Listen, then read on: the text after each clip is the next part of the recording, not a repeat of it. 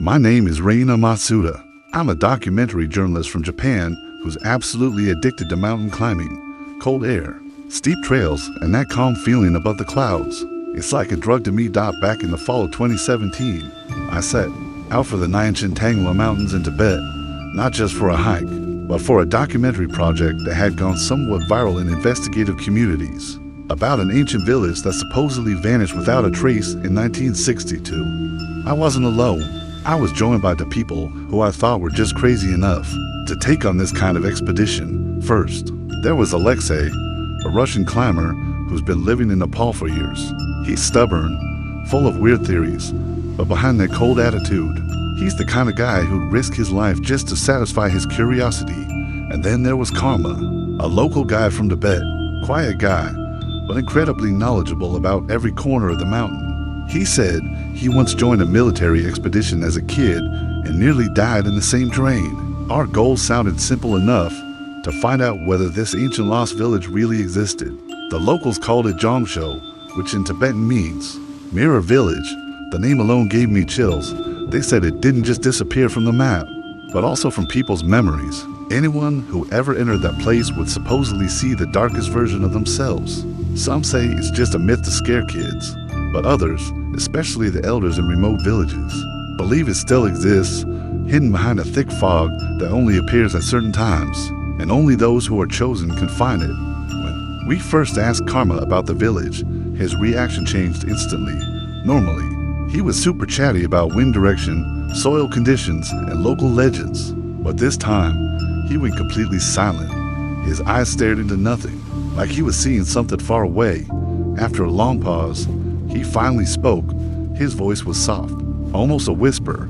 If you come across a three-way fork in the fog, choose the quietest path. But whatever happens, don't stop walking. And whatever you see, don't believe it. Alexei and I looked at each other.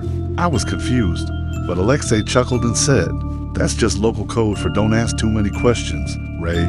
I laughed too, though honestly, Karma's words kept echoing in my mind. 2 days into the climb, a thick fog suddenly rolled in, much earlier than expected. Normally, the fog would come in the morning, but this one showed up right after noon. The temperature dropped instantly, from AC to minus to C in just half an hour. Strangely, all our GPS devices started glitching. The drone's battery also drained out of nowhere. Karma looked visibly uneasy. He stopped walking and scanned the surroundings. I asked softly, "Karma, is this normal?" He didn't answer, his eyes fixed on something ahead. 3 paths splitting before us, left, middle, and right, all shrouded in fog. The middle trail had many footprints. The left one was full of sharp rocks, but the right one was empty, silent. No footprints, not even a breeze, like a path that had been forgotten. Karma whispered, "This is it, the three-way fork." I immediately remembered what he had said: choose the quietest path. Don't stop, don't believe anything. But Alexei looked hesitant. If we take the right path, we might get lost. We need signs. The middle path looks safer, he said, pointing ahead. Karma disagreed. If you want to go on, take the right path, but I won't force you. After a long debate, we agreed to take the right path.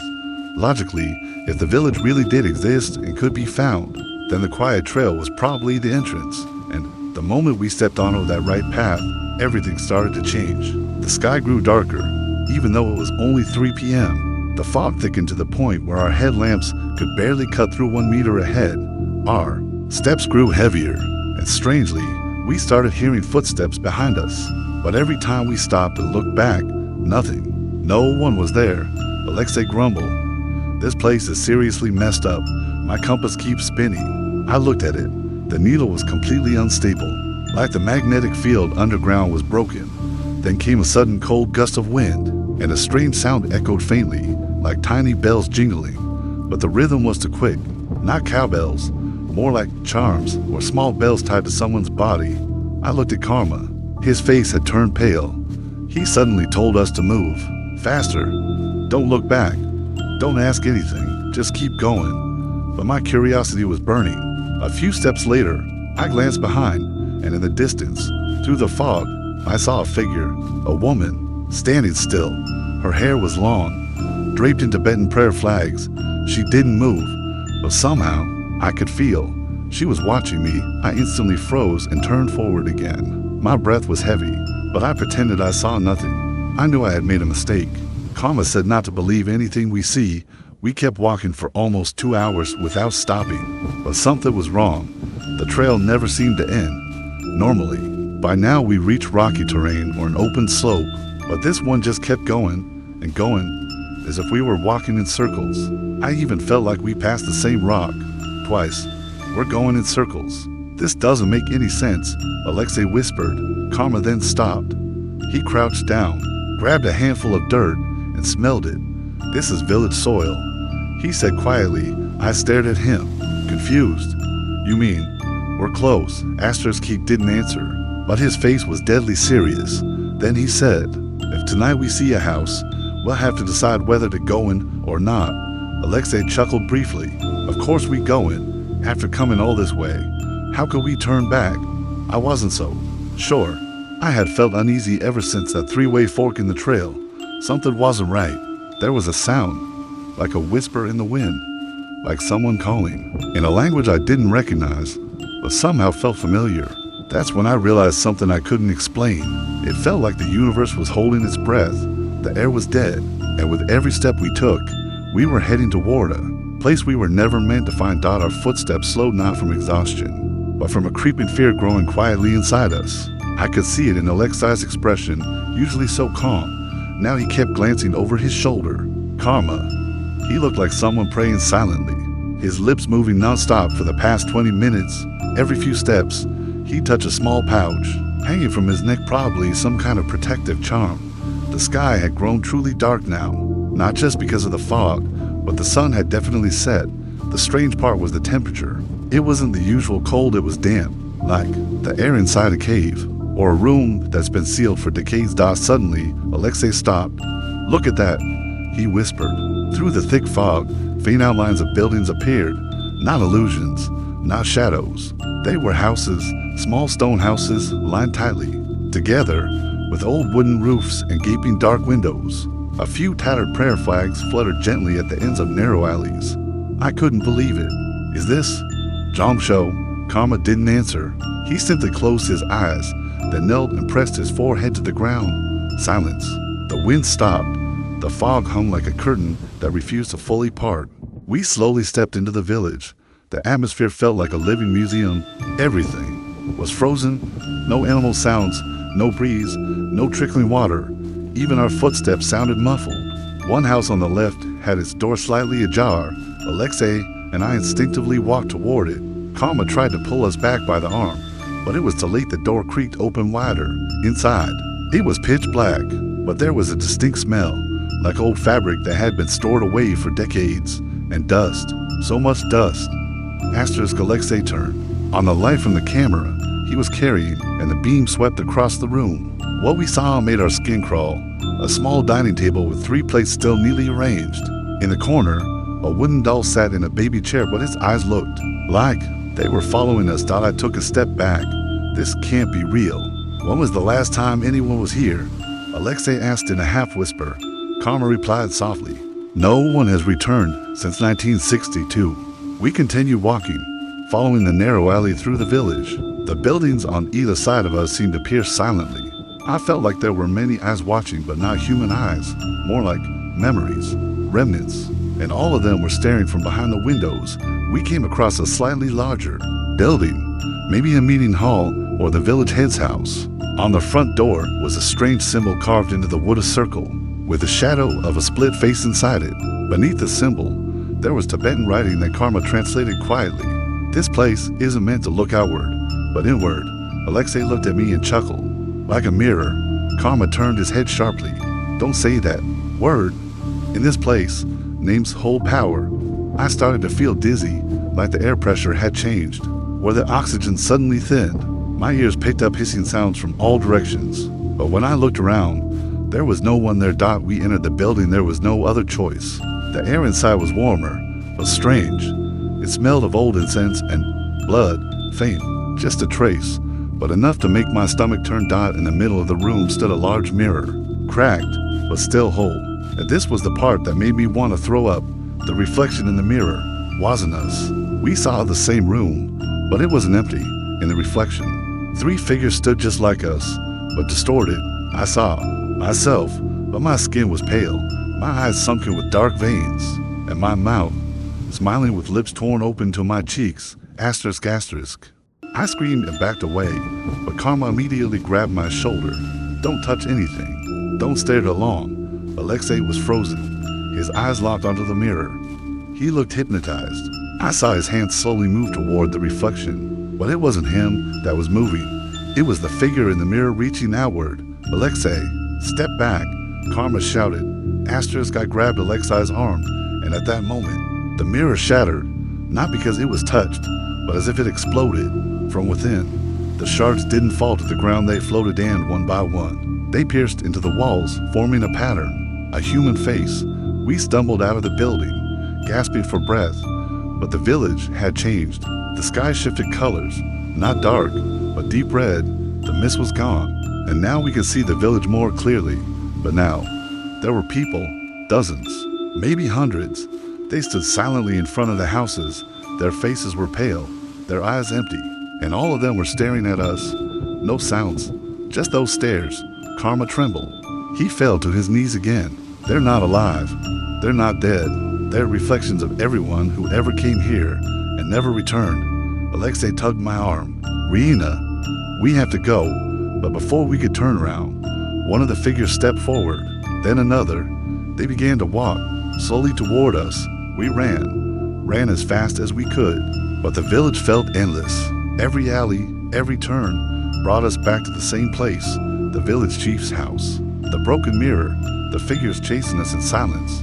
I felt like all my sins, all my fears, all the darkest parts of myself were coming to life. And this village was a prison for every worst version of ourselves. We were trapped, and the night had only just begun. I don't remember how long we ran. It felt like we were being chased by our own shadows. My breath was ragged, my chest tight, and my knees were close to giving out. But every time we stopped, the soundless footsteps got closer. Those figures never ran, but they appeared at every corner of the village we passed, as if the village only had one pattern, one path, looping in an endless circle. This isn't an ordinary village, muttered Karma, clutching the charm around his neck. It reflects what's in your heart and multiplies it. What do you mean? I asked, panting. The longer we stay here, the more real our darker selves become. If we're afraid, they get stronger. Alexei sat on the ground, his face dripping with sweat. I saw myself in that mirror, but it wasn't me. He smiled when I got scared. I knew exactly how he felt. When I saw myself in that reflection, it wasn't just an illusion. That thing knew every secret I kept, every guilt, every fear, everything I'd buried deep inside. It all came alive, more real than anything I'd ever felt. Karma slowly stood and looked at us one by one. We have to go to the center of the village, the old temple. There, we might find a way out. The center of the village. I asked, we've been going around and around. Feels like we've seen everything. Not yet, Karma replied quietly. The center only appears after the second night begins. I shivered. Second night? Time moves differently here. Maybe it's only been a few hours. But if we've seen the red sky, it means the first night has ended. Now they're waiting for us to lose control. The sky was a deep, crimson red, not like a sunset, but like dried blood smeared across the heavens. We walked slowly, following Karma. Strangely, the village paths felt narrower now. The houses seemed to close in, as if trying to trap us inside. I could hear whispers behind the stone walls, but not in Tibetan. They were using our voices. Reina, you're the one who blamed yourself for your sister's death, didn't you? I froze. My breath caught. Reina, you never told anyone what you saw that night, did you? I turned quickly. Alexei and Karma were walking ahead of me, not speaking, but the voices kept slipping into my ears. I tried to cover them, but the whispers only got louder, clearer, like they were coming from inside my own head. We reached a small clearing, and there stood a stone structure, taller than any of the other buildings. Its walls were covered in carvings of faces, all crying, but the carvings were moving slowly. Their cries were alive. Karma stopped and bowed his head. This is the temple, but we can't go in unless one of us faces it first. What do you mean? Alexei asked. Our darkest selves are inside, and one of us has to go in first. If they come out alive, the rest can follow. If not, he didn't finish his sentence. I glanced at Alexei. He looked back at me, then at Karma. Without saying much, Alexei stepped forward. Let me try first.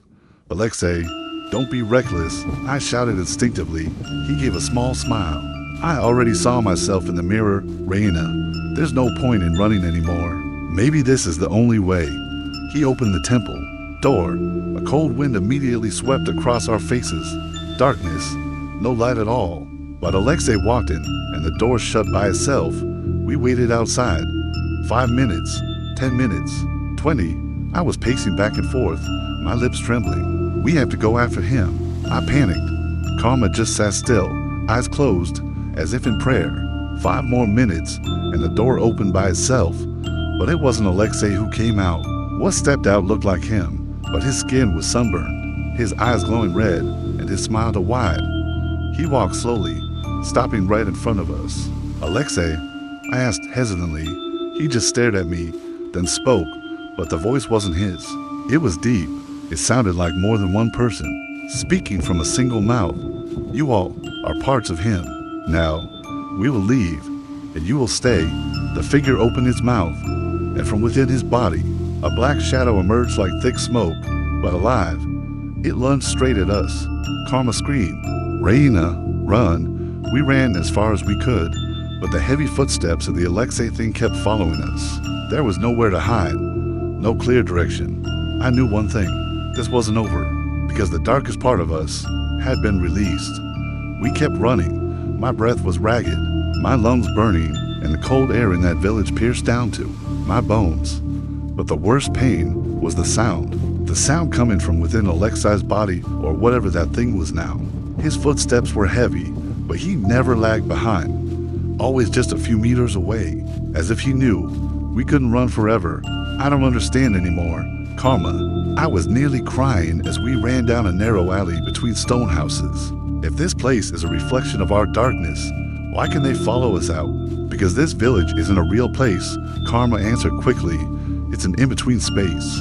Here, what's real and what's not can switch places. They can't live in our world unless we lose total control. So if we're scared, if we're weak, they can take over. I asked quickly, not just fear. He said quietly, if we deny parts of ourselves, those parts go wild. And this village forces us to face them. We stopped in front of a house with the door half open. A candle was burning inside the only light in this dark village. I looked at Karma. Why are we here? This is your house. Thud. I instinctively stepped back. What do you mean? Everyone who comes to this village gets a house of their own. A house built from their mind. Usually, it's a house of memories or wounds. I didn't want to go in, but something gently pulled me forward. My feet moved on their own. Karma didn't stop me.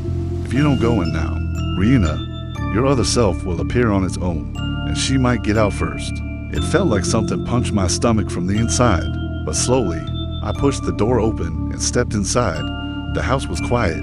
Candles burned on wooden shelves, and the faint scent of incense hung in the air.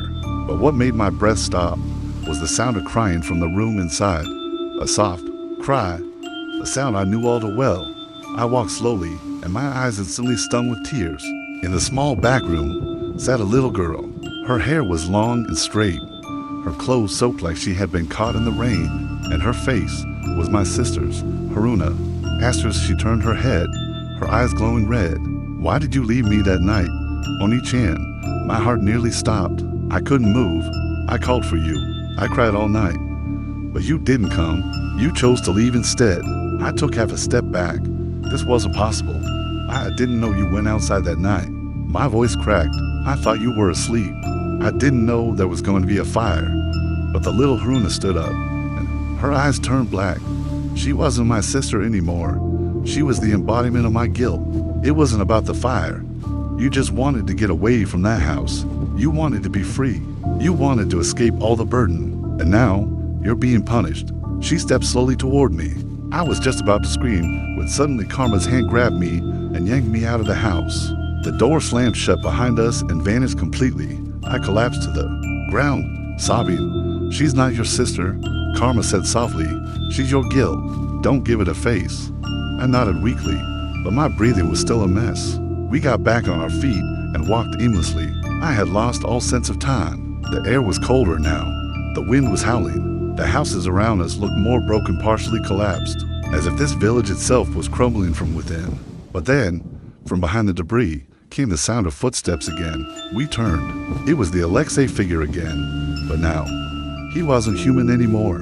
His arms were long and thin like dry branches, his eyes pitch black, and from his back other hands were growing, as if multiple versions of himself had merged into one broken body. Asterisk, asterisk. If we keep running, he's just going to keep chasing us, I muttered.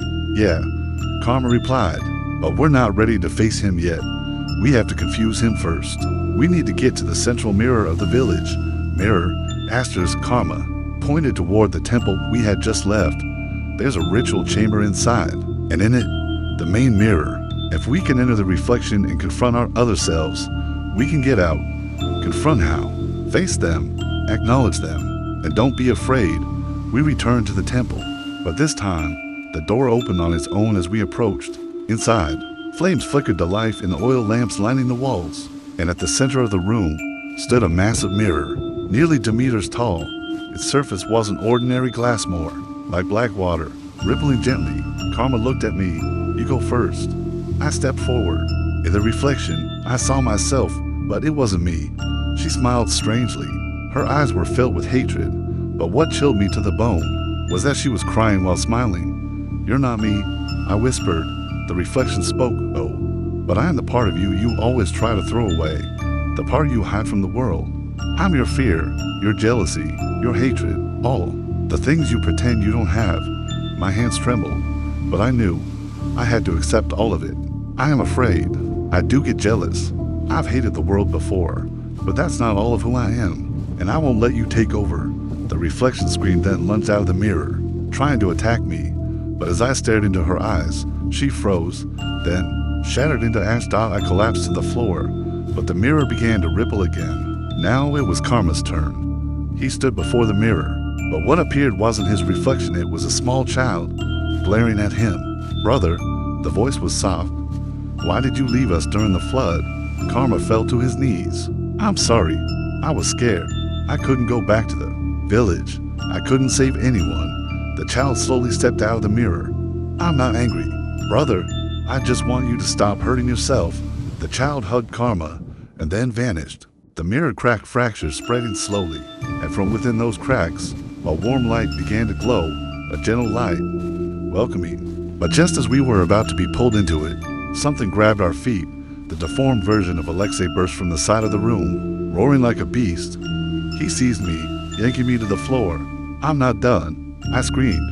Karma tried to pull me free, but the grip was too strong. Yet when I looked into the creature's eyes, I saw it.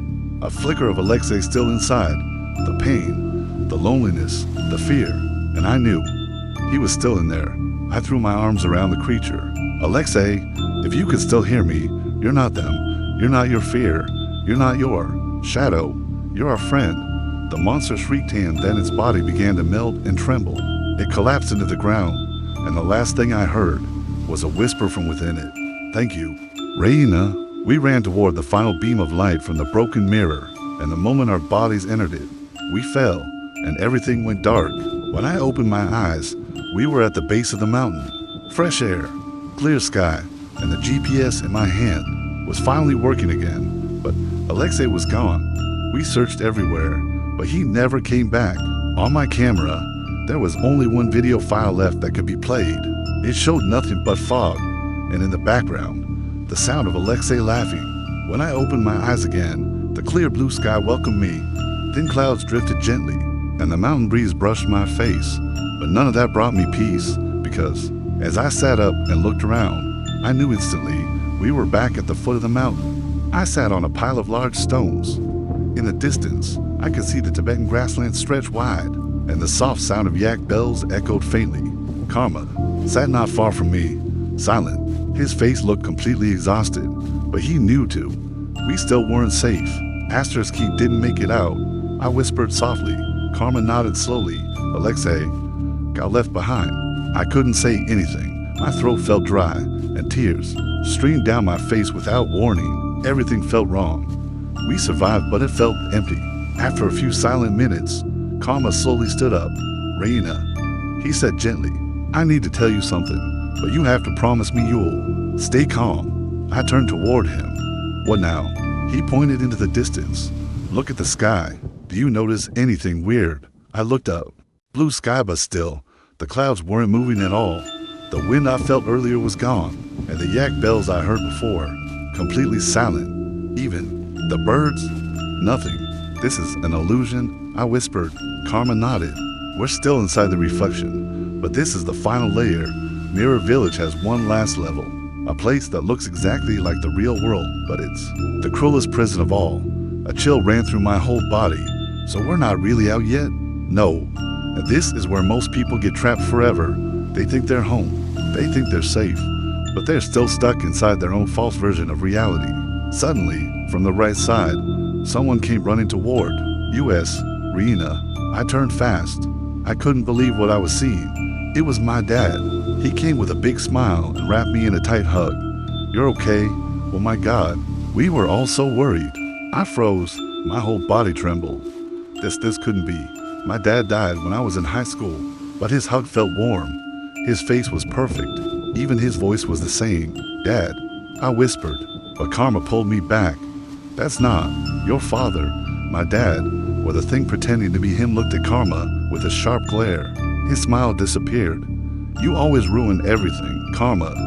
He growled, his voice suddenly deep and raspy. You know where you belong, and you know you can't escape either. I stepped back. Is this another part of my dark self? No, Karma answered quickly. This is the village's final guardian. It appears as the one you trust the most. And if you give in, you'll live here forever, in a fake world that never changes. No death, no time, just lives that feel safe. I stared at the figure. It still looked like my father, but now, his eyes were empty. That warm smile had turned eerie. Why is the village doing this? I asked quietly, what's the point of all this? Karma stared straight at the creature. This village, it's not just cursed. It's the result of a failed ritual from long ago. The elders tried to see the deepest truth of the human soul, but they opened something they couldn't close. This village turned into a reflection realm. Every visitor gets trapped inside the shadow of their own self. The creature started changing. Its body stretched. Its skin peeled away. Its eyes merged into one giant black hole, and from its mouth came voices, many voices speaking at once. You cannot leave until you give up everything. We ran. No direction, no plan. But then I saw something shimmering in the distance, a small lake. Its surface was crystal clear, like a mirror. There, Karma shouted. We sprinted toward the lake. Behind us, the sound of footsteps, no, the sound of flesh dragging on dirt grew louder. And suddenly, the world around us began to crack. The sky shattered like glass. The ground rolled up like someone pulling a rug. Houses appeared and vanished in seconds. This wasn't just a nightmare. It was like the end of the world, built just for us. We reached the lake's edge. I could barely breathe. This is the final exit, Karma said quickly. We have to jump. But asterisk, but what? One of us has to stay. I froze. What? Every time someone escapes this layer, one soul must remain to guard the door. That's why the mirror village can never be fully closed. I almost collapsed. No, Karma, you can't. I failed a long time ago. Reina, I'm the last guide of this village. I brought people in and I never managed to bring them back out. But now, you can. You can tell the world everything. I grabbed his hand. But you can come home too. We can find another way. Please, Reina. The outside world needs to know this place is real, so no one else gets trapped here again. Tears streamed down my face, but behind us, the sound grew louder. That creature, the guardian, was almost upon us, and the world around us was completely collapsing. Karma shoved me toward the lake, and before I could scream, the water swallowed me. Darkness. Silence. And when I opened my eyes, I was in a hospital. In KATHMANU. My body was covered in wounds. The nurse beside me cried when she saw me wake up. Police, doctors, they all came. They said I was found unconscious at the foot of the mountain, alone, clutching my camera tightly. I stayed in the hospital for 2 weeks. When I recovered, I checked the contents of my camera.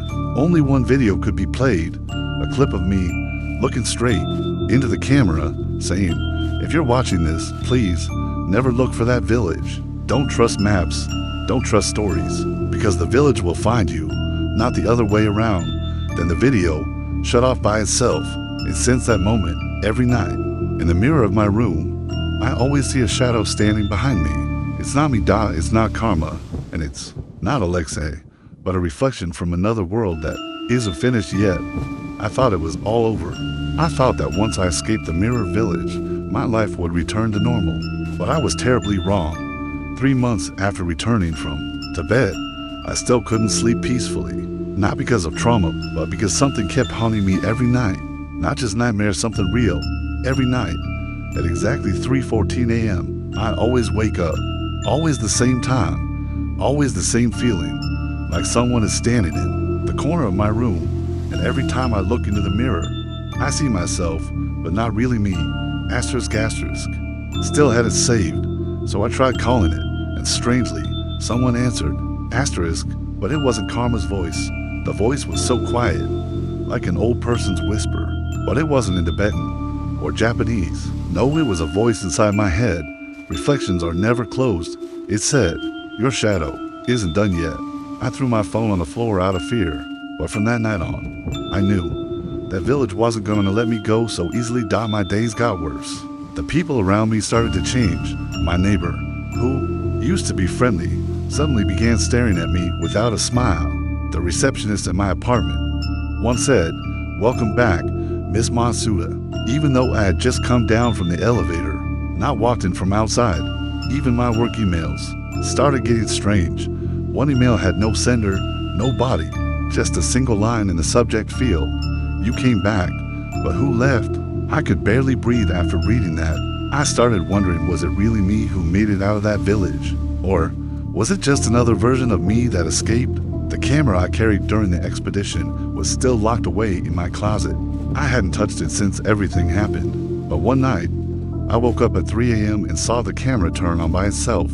Its little red light blinking, and on the screen was my face. Not my real face, but the other version. The one from the reflection, with bruises, bloodshot eyes, and a crooked smile. She spoke softly, but I heard it clearly. "I'm here now. It's your turn, over there." I screamed and threw the camera to the floor, but the light stayed on. Even after I took out the battery, it kept glowing. The next day, I was desperate. I went to an old temple in Tokyo where monks are known to practice long silent meditations. I met one of the elder monks and told him everything. No filter. I knew I sounded insane, but he didn't laugh. He just stayed silent for a while and finally said, "You haven't escaped your shadow. That village isn't a place. It's a space between consciousness. You only brought your body home. Your soul is still there." I trembled. "Then, how do I get it back?" He looked at me, deep into my eyes. "You have to return, but this time, you must go alone, and you have to close the reflection from within."